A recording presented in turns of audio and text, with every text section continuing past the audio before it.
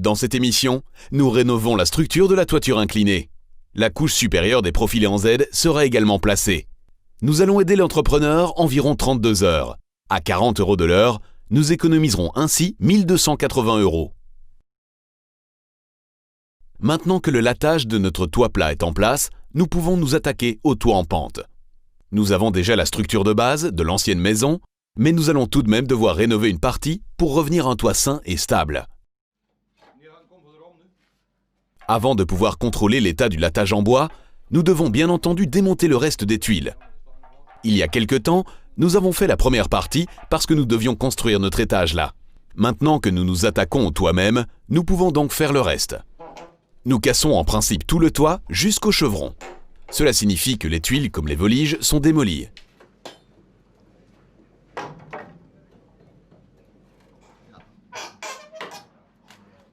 Ici aussi, la base de notre toiture inclinée est en bois.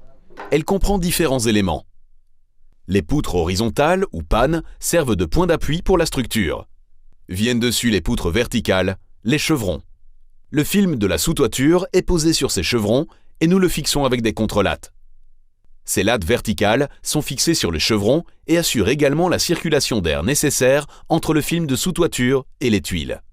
Nous montons enfin des voliges horizontales dessus pour y accrocher des tuiles. Vous adaptez la distance intermédiaire entre ces lattes à la taille de vos tuiles. Une structure en bois saine fera en sorte que le toit puisse être droit et parfaitement étanche à l'eau. Nous dénudons le toit avec un marteau et un pied de biche, et là où c'est nécessaire, nous utilisons une scie récipro. Elle permet de couper à travers le bois comme le métal. Du côté du toit plat, nous retirons également les chevrons car ils doivent être remplacés par des exemplaires plus courts. Ici, des gants sont vivement conseillés pour ne pas vous blesser sur les clous, les vis ou les éclats de bois dépassants. Nous comptons recycler les tuiles encore intactes de l'ancien toit. La prudence est donc de mise. Nous les mettons soigneusement de côté afin de pouvoir les nettoyer et les réutiliser par la suite.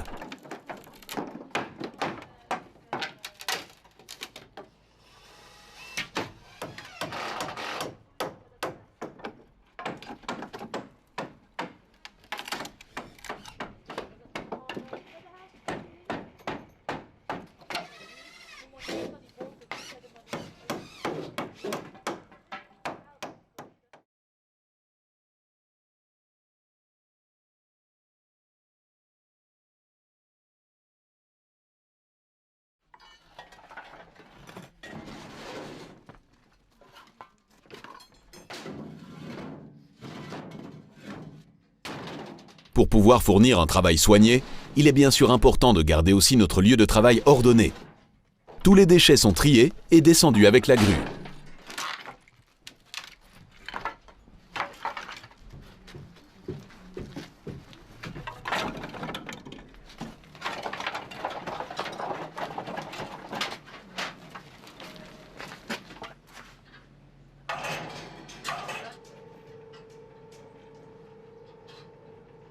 Nous pouvons à présent voir l'état de l'ancienne structure de toit.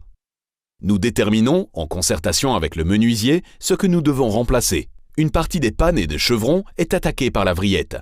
Cela se voit clairement aux morceaux rongés. Il faut absolument les remplacer. Nous commençons par la panne faîtière. En regardant les photos de la petite maison initiale, on ne penserait pas directement qu'elle a besoin d'être remplacée. Mais pourtant, la ligne supérieure du toit n'est pas tout à fait plate à cause des poutres qui s'affaissent un peu. Si nous les remplaçons par des poutres saines, notre toit aura tout de même l'air nettement plus droit.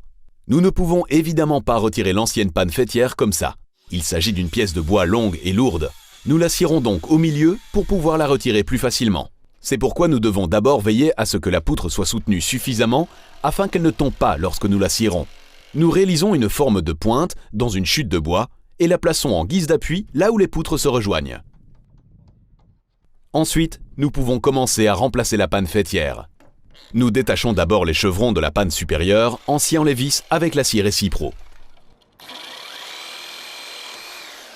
Maintenant que l'ancienne panne est enlevée, nous pouvons directement retirer aussi notre appui. Il ne sera ainsi pas dans le chemin quand nous placerons la nouvelle poutre.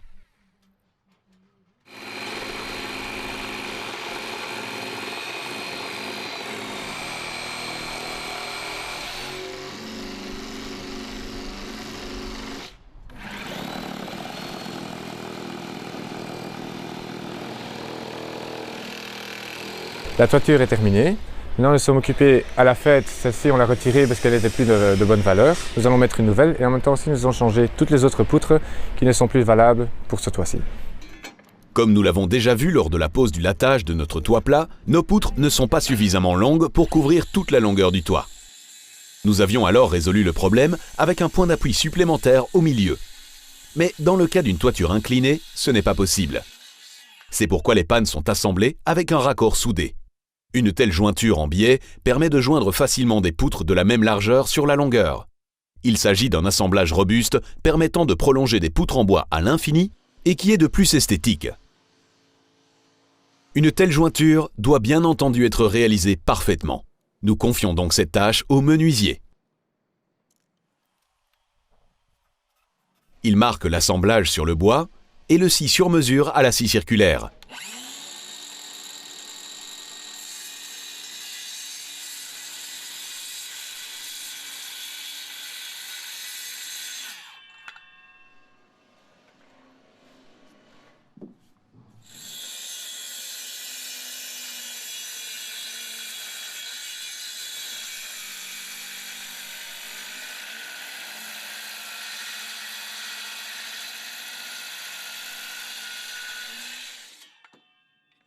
Il fait exactement pareil pour la deuxième poutre. Les deux s'ajustent ainsi parfaitement.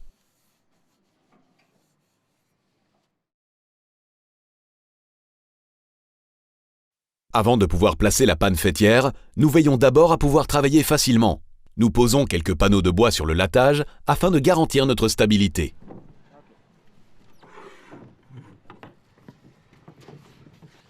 Nous pouvons ensuite positionner la première partie de notre panne fêtière. Cela va assez vite car elle doit venir à l'endroit où se trouvait l'ancienne poutre. Nous veillons évidemment à ce qu'elle soit placée bien de niveau et nous la fixons provisoirement avec une planche supplémentaire et un serre-joint. La deuxième poutre s'ajuste à présent parfaitement à la jointure en biais. Nous fixons encore l'assemblage avec quelques longs clous afin qu'il soit inébranlable.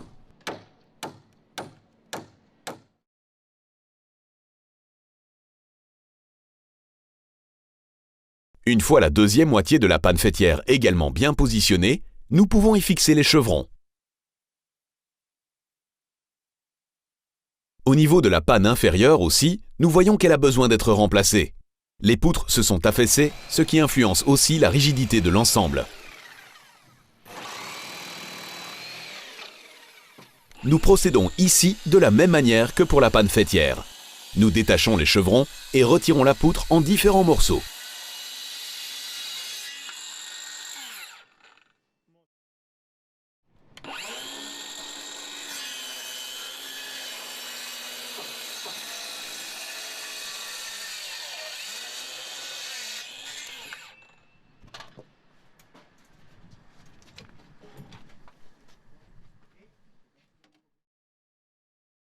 Nous plaçons ensuite de nouvelles poutres, à nouveau assemblées avec une jointure.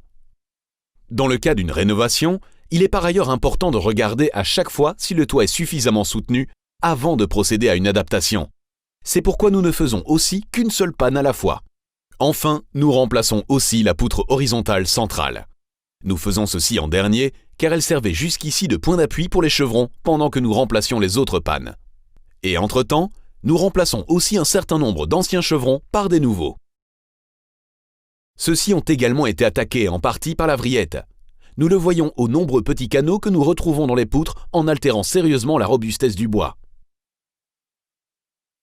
Les chevrons partent du pied du toit jusqu'au faîte et sont fixés aux pannes. Ces poutres en bois sont plus fines qu'une panne et contribuent bien entendu à la robustesse de la construction de toit. Mais elles constituent principalement la base pour fixer par la suite les contrelattes et les voliges dessus. C'est le menuisier qui décide, fort de son expérience, quels chevrons doivent être remplacés, mais nous pouvons tout à fait l'aider à placer les nouveaux. Le deuxième côté incliné de notre toiture est sérieusement restreint. C'est pourquoi tous les chevrons doivent être remplacés ici par des versions plus courtes. Cela constitue aussi directement la jonction avec notre toit plat. Nous voulons à présent éviter que les lattes en bois continuent d'être attaquées. Nous les traitons donc avec un produit contre les vers. Nous traitons les anciens comme les nouveaux chevrons, car le produit agit aussi préventivement. Il s'agit d'un produit puissant. Veillez donc à être suffisamment protégé. Nous portons des gants et des lunettes contre les projections. Comme toujours, nous lisons d'abord la notice explicative avant de commencer. La manière la plus rapide de l'appliquer consiste à utiliser un pulvérisateur à pression. Il suffit de verser le produit dans la bouteille, de pomper et vous pouvez pulvériser.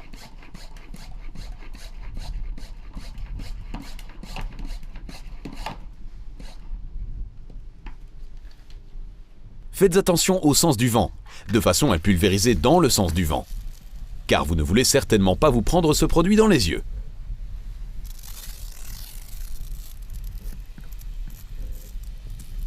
Nous traitons le bois avant de continuer de finir le toit. Il peut ainsi déjà bien sécher.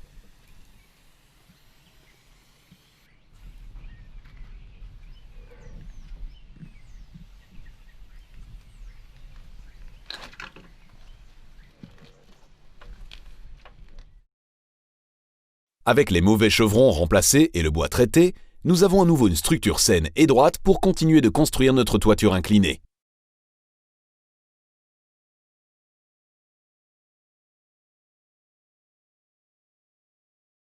Un élément important de notre construction de toit est bien sûr le bord en acier sur le toit plat. Afin de finir l'accentuation horizontale de nos étages, ces bords de finition sont indispensables à notre dernier étage. Contrairement aux autres étages, nous assurons ici la fixation sur le bois et non sur le béton. Le rebord sur lequel nous plaçons ces profilés en Z est placé par le menuisier. Sur le côté, il place également des cales exactement à la même hauteur. Nous aurons ainsi une base parfaitement droite sur laquelle nous pourrons facilement placer les profilés. Cette structure a été élaborée au préalable par l'architecte et le menuisier car nous devons avoir une capacité portante suffisante pour les lourds profilés. Avec le rebord, les profilés se trouveront un peu plus haut que le reste du toit plat. Nous créons ainsi un genre de cuvette qui collectera bien la pluie.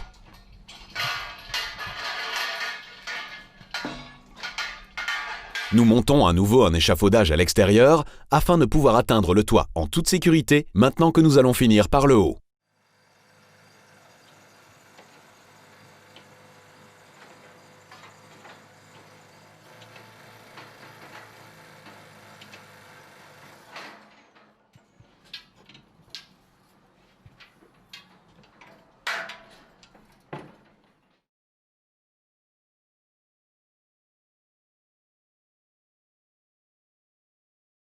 Un échafaudage aussi droit doit absolument être ancré au bâtiment. Il vacillera ainsi moins et ne risquera pas de se renverser. Une fois les profilés en place, nous pouvons encore placer une sécurité périphérique tout autour.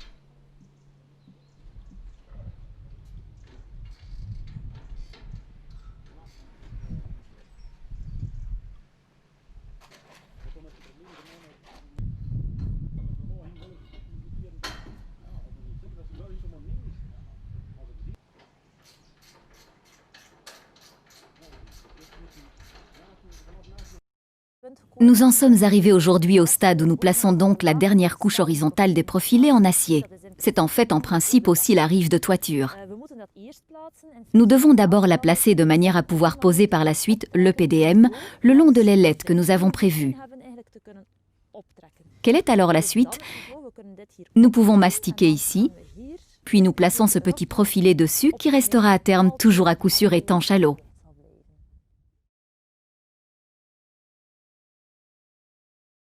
Comme pour les deux étages précédents, les profilés sont à nouveau placés par le fabricant d'acier. Ils ont déjà été mesurés au préalable et posés sur place en guise de contrôle. Maintenant qu'ils ont été peints en noir, nous pouvons les placer définitivement. L'avantage par rapport à la fixation sur le béton, c'est que le bord de soutien en bois est ici déjà de niveau. Il faut donc nettement moins ajuster, voire pas du tout. La fixation est également bien plus rapide sur du bois avec des vis. Pour mettre ces profilés supérieurs en place, nous utilisons cette fois un autre accessoire sur notre grue.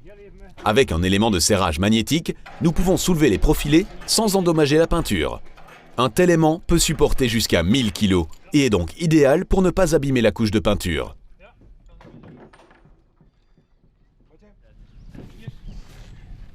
Lors du positionnement des profilés, il est important que ceux-ci se trouvent bien verticalement au-dessus de ceux de l'étage précédent.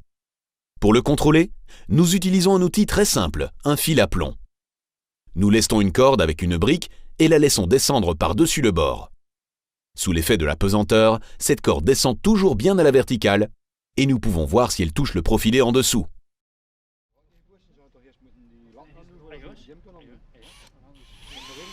Nous coinçons alors les profilés dans la bonne position et les vissons au bois via les trous prévus.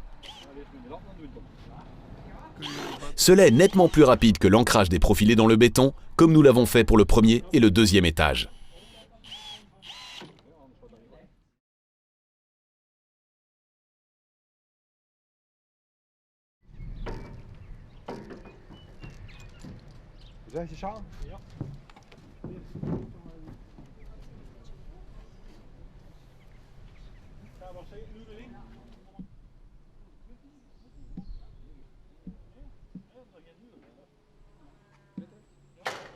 Et nous les fixons ainsi un par un jusqu'à ce que le bord de finition en acier soit complet.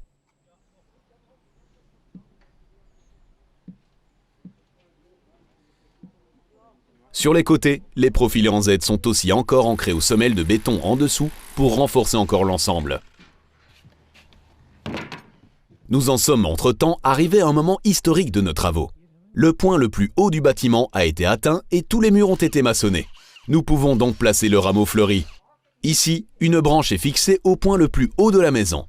Il s'agit d'un rituel très ancien trouvant son origine au Moyen-Âge et qui assurera au propriétaire beaucoup de bonheur dans sa maison. Une chance que nous n'allons évidemment certainement pas laisser passer.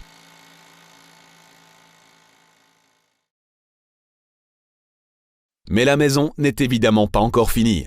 Maintenant que les travaux de construction sont terminés, nous pouvons entamer la finition du toit.